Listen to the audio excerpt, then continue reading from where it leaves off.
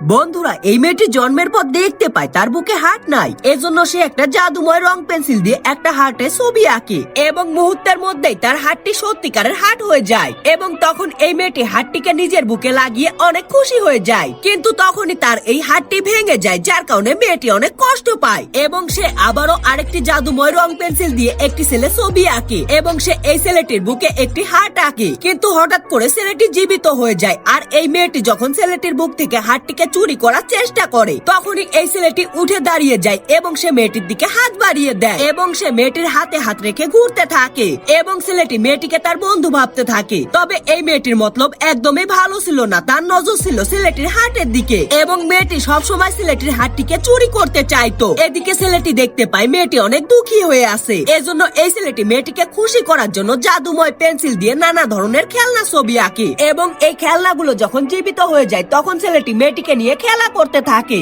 তবে তারপরও মেয়েটি একদম খুশি ছিল না এবং সে ছেলেটির হাটের দিকে তাকিয়ে তার অনেক মন খারাপ হয়ে যায়। কিন্তু তখনই হঠাৎ অনেক জোরে বৃষ্টি শুরু হয়ে যায়, যার কারণে পেন্সিল দিয়ে বানানো সবকিছু ধুয়ে যেতে শুরু করে এবং তখন তারা দুইজন বৃষ্টির হাত থেকে বাঁচতে দৌড়ে পালাতে থাকে। তবে হঠাৎ করেই এই মেয়েটি হোঁচট খেয়ে পড়ে যায়। এদিকে ছেলেটি তাকে রেখে পালিয়ে যাচ্ছে বলে মেয়েটির অনেক মন খারাপ হয়ে যায়। কিন্তু কিছুক্ষণ পর মেয়েটি দেখতে পায় ছেলেটি তাকে বাঁচানোর জন্য চলে এসেছে এবং এই ছেলেটি তাকে বাঁচানোর পরে দেখা যায় বৃষ্টিতে ভেজার কারণে ছেলেটির শরীর থেকে রং গলে যেতে শুরু করেছে, যা দেখে মেয়েটির অনেক কষ্ট হয় এবং সে ছেলেটিকে জড়িয়ে ধরে, যার কারণে ছেলেটির পুরো শরীর গলে যায়। তবে ছেলেটির হাত মেয়েটির বুকে লেগে যায়।